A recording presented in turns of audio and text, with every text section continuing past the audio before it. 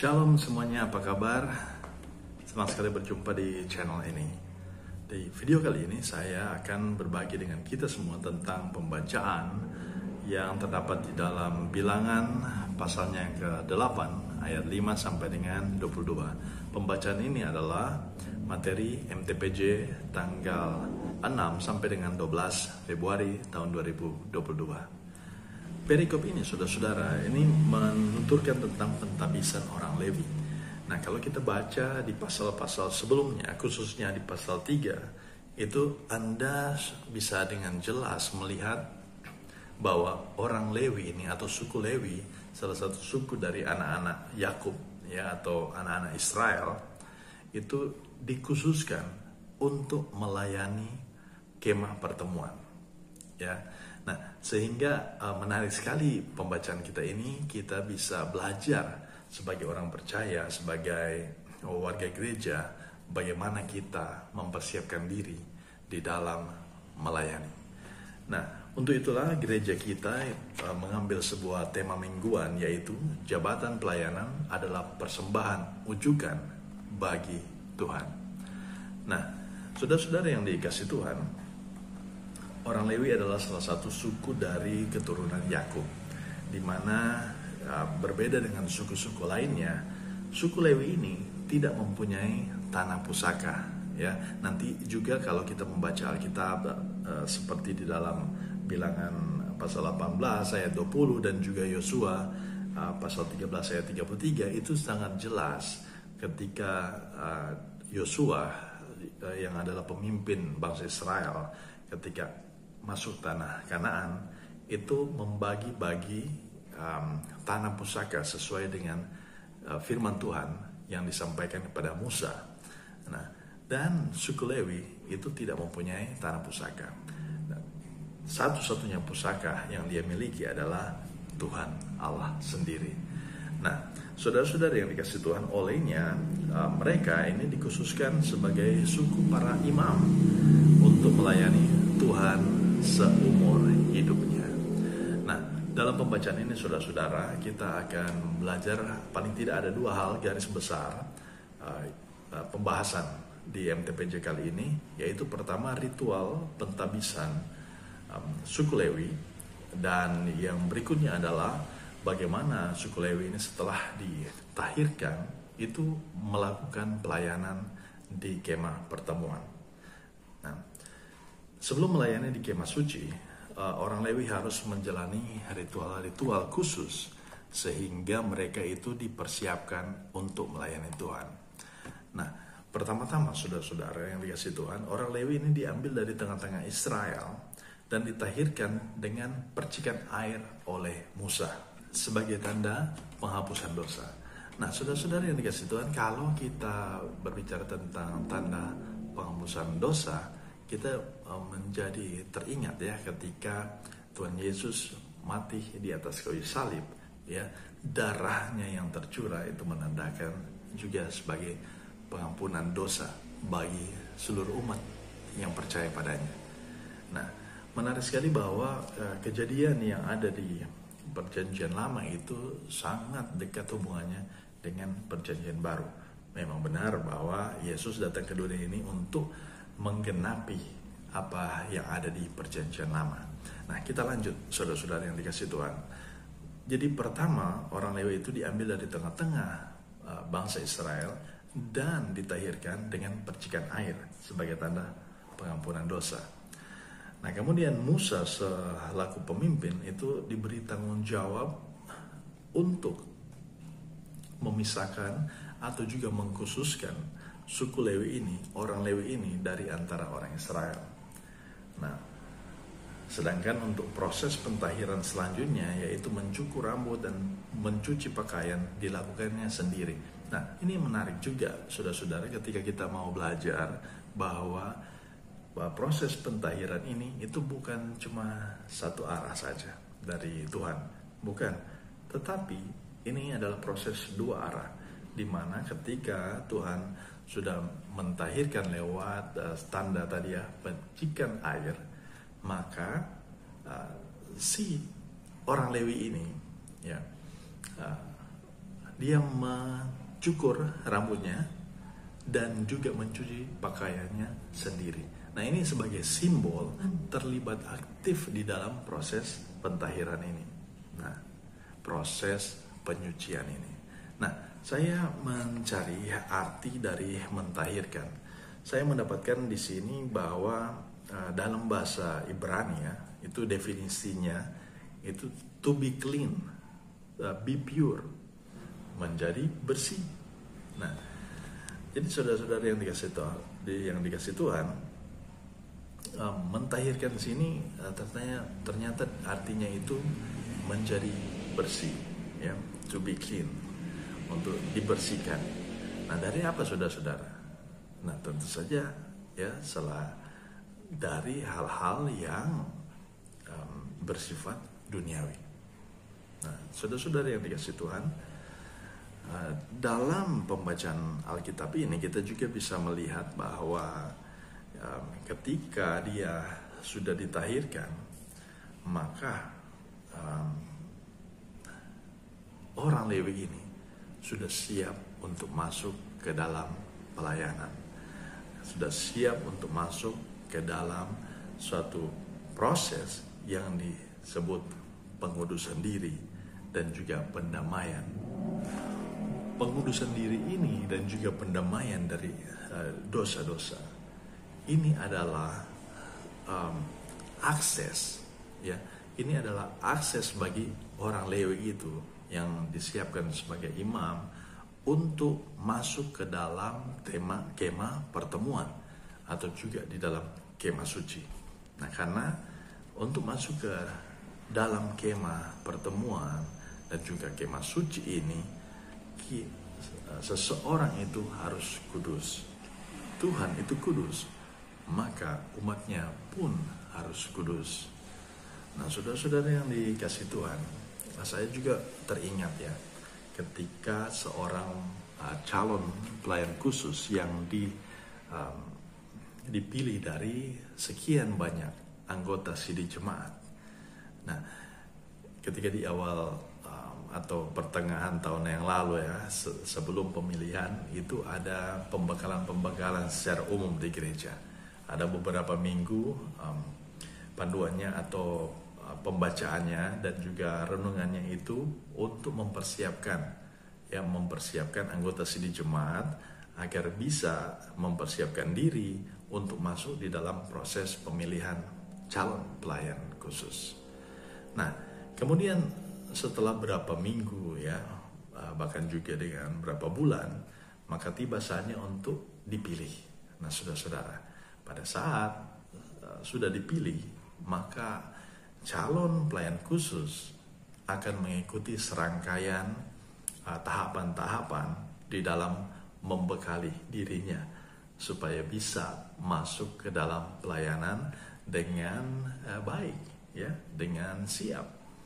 Nah, karena bisa dibayangkan ya, seorang yang tidak mengikuti rangkaian pembekalan ini, bahkan juga persiapan-persiapan itu, ya, kemudian langsung datang untuk melayani.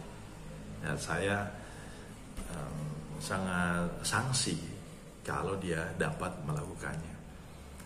Nah, sehingga ini pun menarik menjadi perhatian kita semua, ya, bagi warga gereja, khususnya di gereja kita ya, di Gemim, karena dalam waktu dekat ini juga kita akan masuk dalam pemilihan aras sinode, saudara-saudara.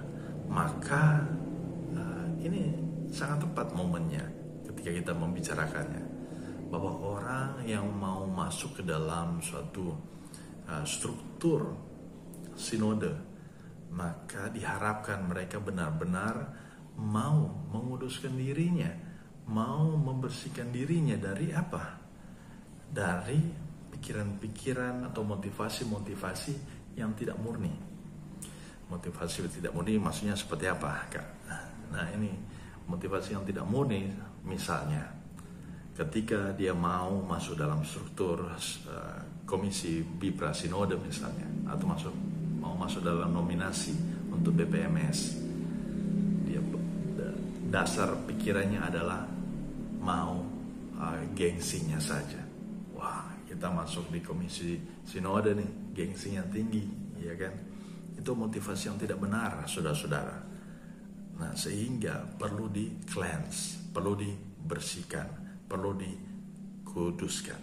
Nah, untuk itu saudara-saudara yang dikasih Tuhan, penting sekali kita mau menguduskan diri dan juga mendamaikan diri kita dari pikiran-pikiran dan juga motivasi yang tidak murni ini, saudara-saudara.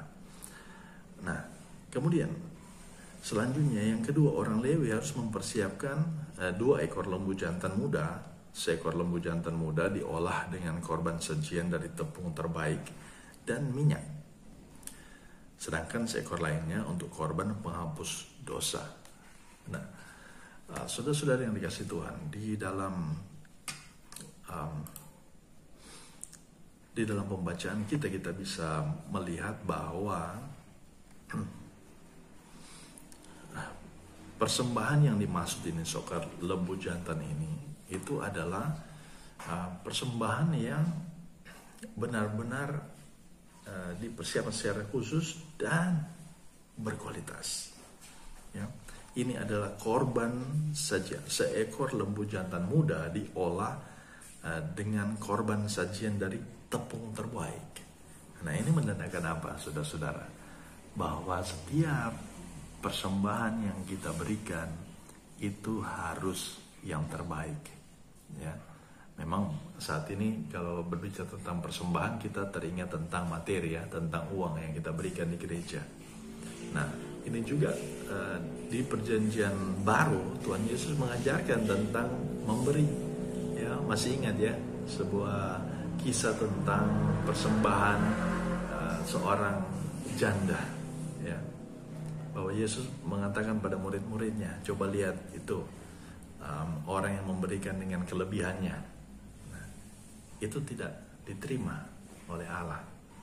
Tapi coba lihat persembahan janda, ya, dia memberikan di dalam kekurangannya dan dia memberikan terbaik. Dia memberikannya dengan yang terbaik, saudara-saudara. Nah, ini pun berlaku bagi kita sebagai pelayan khusus, sebagai UPK di Kolom, ya, sebagai anggota jemaat. Ini penting sekali untuk kita renungkan bersama-sama bahwa persembahan yang kita berikan itu harus dengan ketulusan hati, dengan sepenuh hati, saudara-saudara.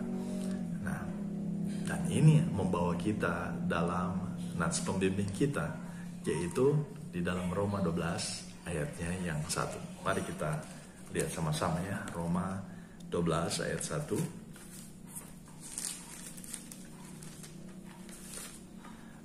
Ini tentang mempersembahkan tubuh kita sebagai persembahan yang hidup, yang kudus dan yang berkenan. Saya bacakan buat saudara-saudara. Karena itu, saudara-saudara, demi kemurahan Allah, aku menasihatkan kamu supaya kamu mempersembahkan tubuhmu sebagai persembahan yang hidup, yang kudus dan yang berkenan kepada Allah. Itu adalah ibadahmu yang sejati. Nah, saudara-saudara yang dikasih Tuhan, sampai sini saya harap kita mengerti bahwa persembahan yang dimaksud ini adalah santero kehidupan kita.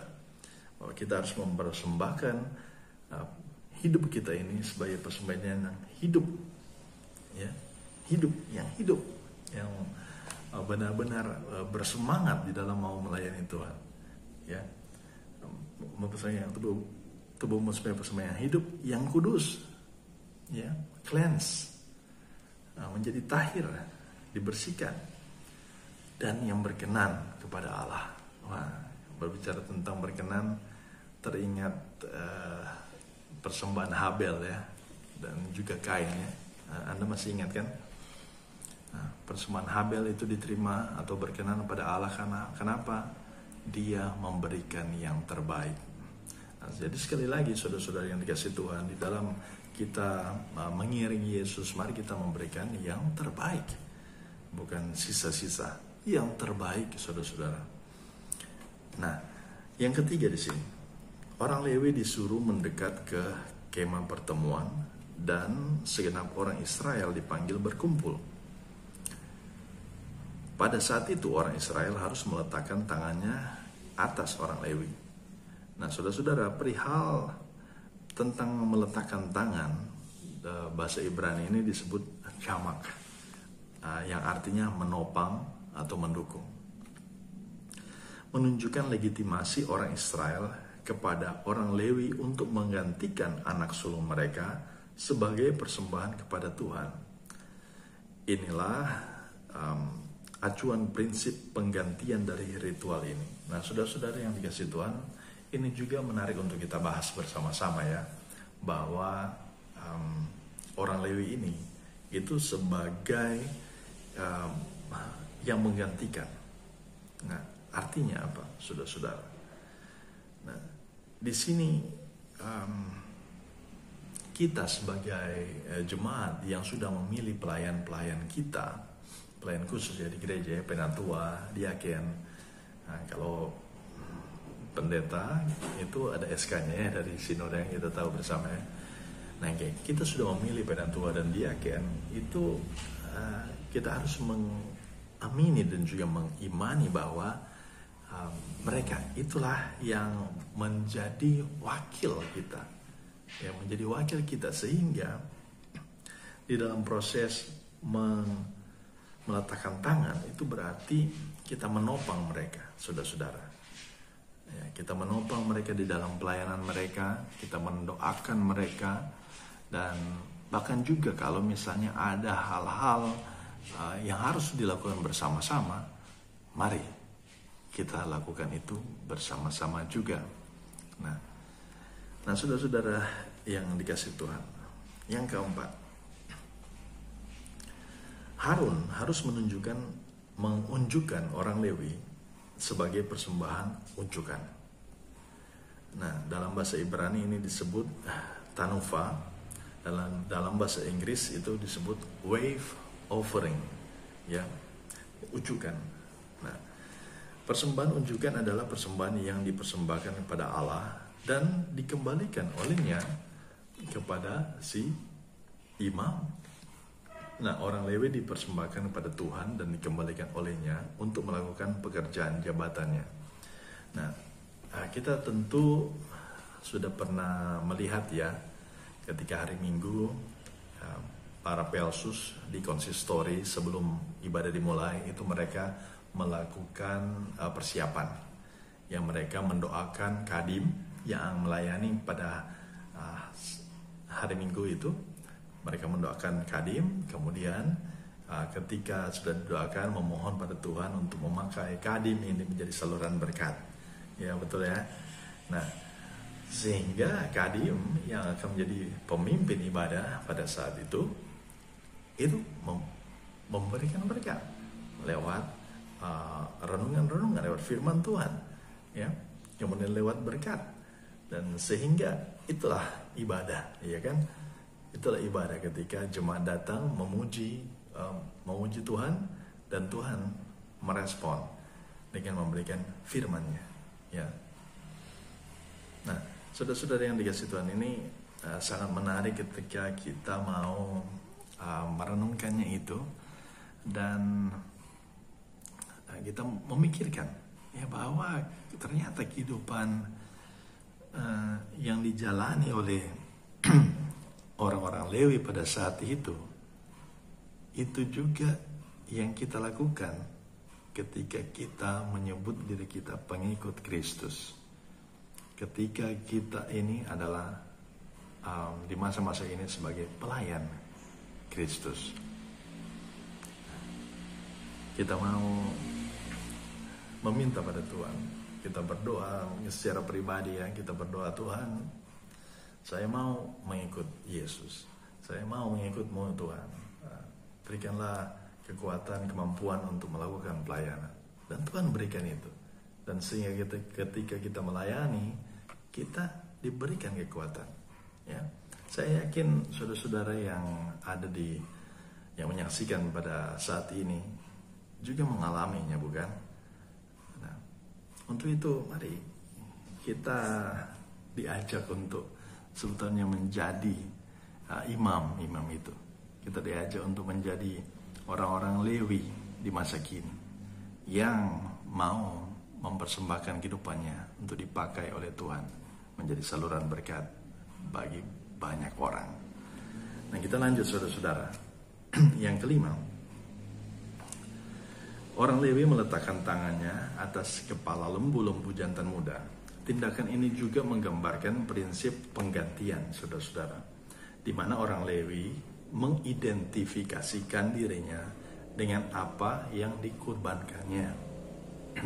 Nah, dosa dirinya dialihkan ke lembu yang tidak bersalah supaya pendamaian diadakan bagi mereka. Jadi, saudara-saudara kita, kalau ini diartikan kalau misalnya kita berdosa, bersalah, maka kita itu mengaku pada Tuhan, mohon pengampunannya. Ya, mohon pengampunannya. Di masa-masa saat ini saudara-saudara yang mungkin lagi menyaksikan video ini, saudara-saudara, mungkin Anda merasa berbeban berat. Ya, ada sesuatu hal yang Anda cari-cari untuk dilepaskan. Ya, mungkin di kantor Anda, di dalam pekerjaan Anda, Anda cekcok dengan bos atau teman rekan kerja, ya, atau dengan bawahan Anda, dan Anda tidak tahu caranya, ya, bagaimana untuk bisa lepas dari hal ini. Maka saat ini saudara-saudara, saya mau mendorong supaya Bapak, Ibu, saudara-saudara yang merasa seperti itu, mari kita mau serahkan pada Tuhan, mohon pengampunan daripadanya. Dan ketika kita sudah berdoa sama Tuhan, mohon pengampunan, yakin dan percaya Tuhan mengampunimu, dan berdamailah dengan orang itu, saudara-saudara. Yang paling penting di sini adalah kalau saudara-saudara mau, itu yang paling penting. Ya. Nah, saya sudah menyampaikannya, firman Tuhan sudah menyampaikannya, tapi ketika kalau kita menahan diri, itu tidak akan terjadi dalam hidupmu, saudara-saudara. Nah, saudara-saudara yang dikasihi Tuhan, dalam pembacaan ini berulang-ulang kali, ada ayat 11, 13, 15, 21, itu dikatakan bahwa orang Lewi ini sebagai persembahan unjukkan.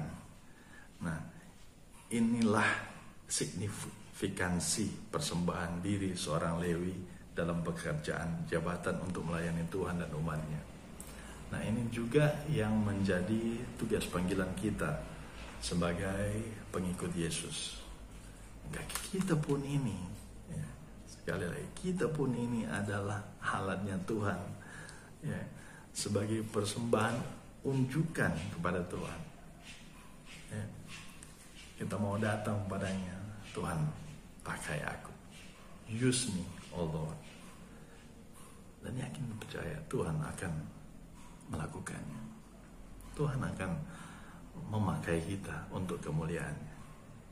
Kenapa? Karena kita spesial. 1 Petrus 2 ayat 9, kita lihat sama-sama ya. Tetapi kamulah bangsa yang terpilih, imamat yang rajani, bangsa yang kudus, umat kepunyaan Allah sendiri, supaya kamu memberitakan perbuatan-perbuatan yang besar dari Dia yang telah memanggil kamu keluar dari kegelapan kepada terangnya yang ajaib. Nah, saudara-saudara, ya, Tuhan mau memakai kita karena kita ini adalah yang dipilihnya. Kita ini imamat rajani, bangsa yang kudus, umat kepunyaan Allah sendiri. We are special. Kita ini spesial di mata Tuhan. Sehingga tugas kita untuk mengabarkan berita-berita yang luar biasa, berita sukacita, perbuatan-perbuatan yang besar dari Allah, bersaksi, menyatakan kemuliaannya kepada dunia ini, saudara-saudara. Nah, ini penting sekali untuk kita mengerti, saudara-saudara, ya, sebagai pengikut Yesus. Sekali lagi, ada hal yang menarik di sini juga, saudara-saudara, ya. Di ayat 19 pembacaan kita dikatakan, dan aku, ya Tuhan, menyerahkan orang Lewi dari tengah-tengah orang Israel sebagai pemberian kepada Harun dan anak-anaknya untuk melakukan segala pekerjaan jabatan bagi orang Israel di kemah pertemuan dan untuk mengadakan pendamaian bagi orang Israel supaya orang Israel jangan kena tulah apabila mereka mendekat ke tempat kudus. Nah, Matthew Henry di sini dia menggambarkan seperti ini, saudara-saudara. Orang-orang Lewi harus bertindak di bawah para imam sebagai pelayan mereka dan pendamping mereka dalam pekerjaan di tempat kudus.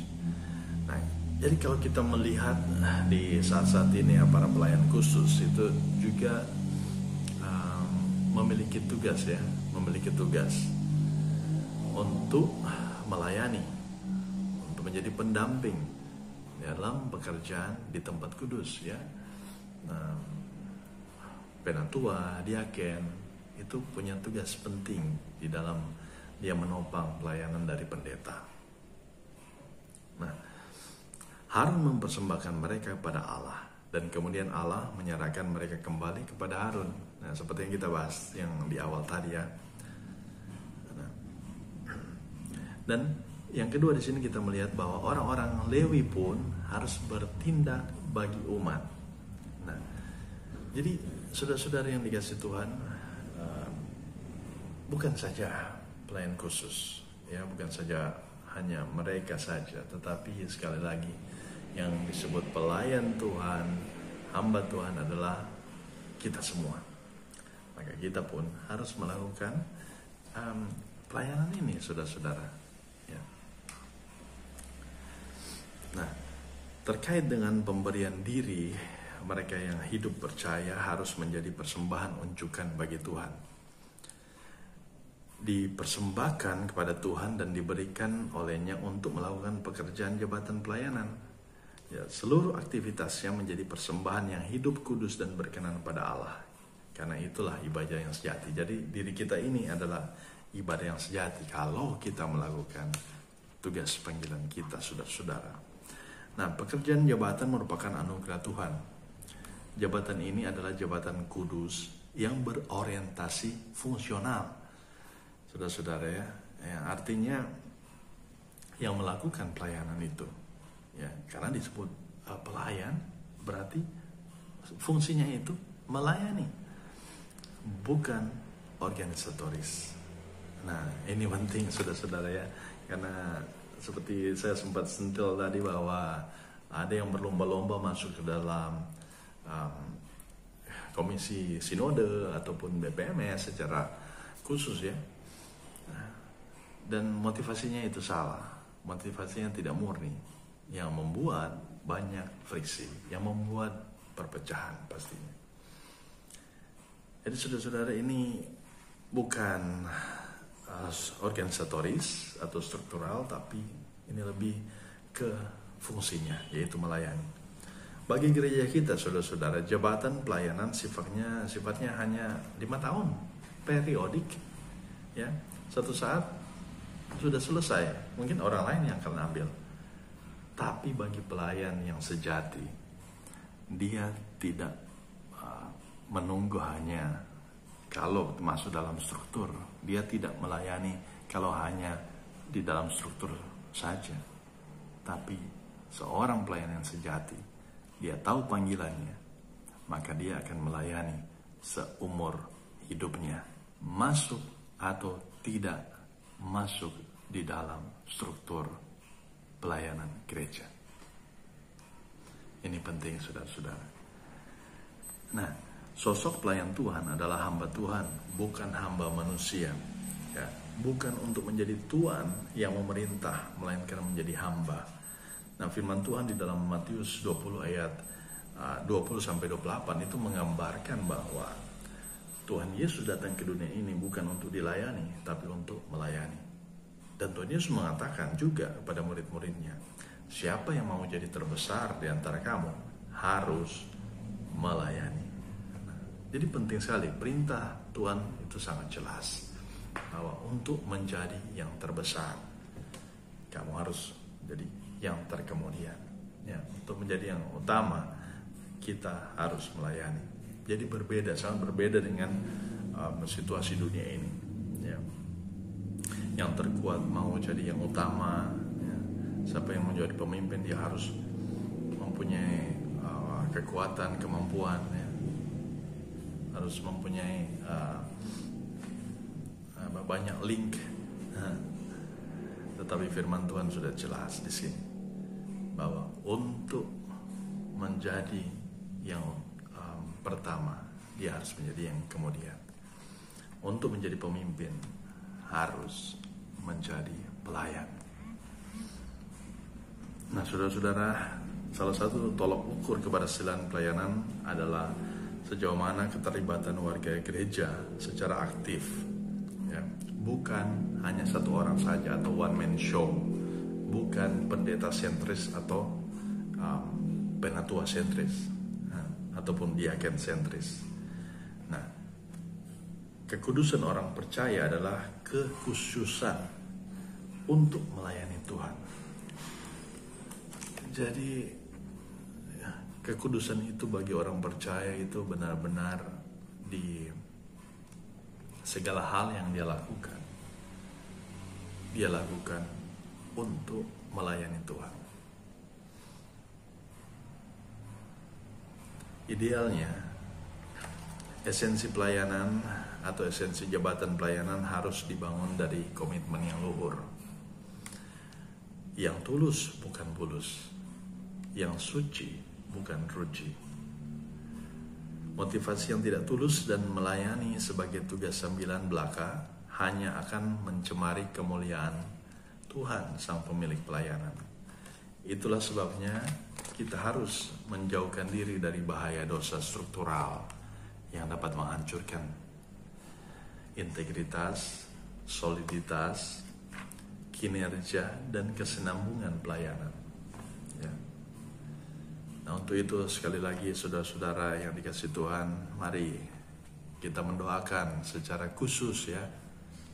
Doakan secara khusus pemimpin-pemimpin kita yang mungkin sudah Anda nominasikan, sehingga mereka mau melayani Tuhan dengan motivasi yang murni, sehingga ada peningkatan dari segi iman spiritual jemaat ya.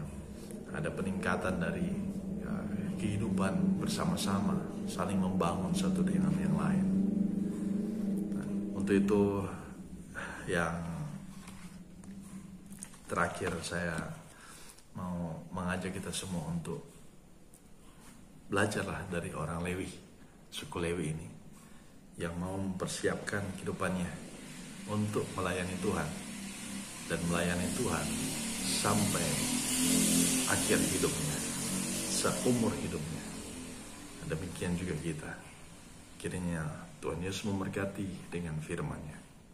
Amin. Nah, saudara-saudara yang dikasihi Tuhan, jika saudara-saudara suka video ini, jangan lupa tinggalkan like dan subscribe. Saya memposting renungan-renungan Kristen seperti MTPJ pada saat ini setiap hari Kamis yang akan dan juga pelatihan-pelatihan singkat bagi generasi muda, bagi remaja dan juga pembina remaja gereja. Nah, semoga bermanfaat. Sampai jumpa di video-video selanjutnya. Bye.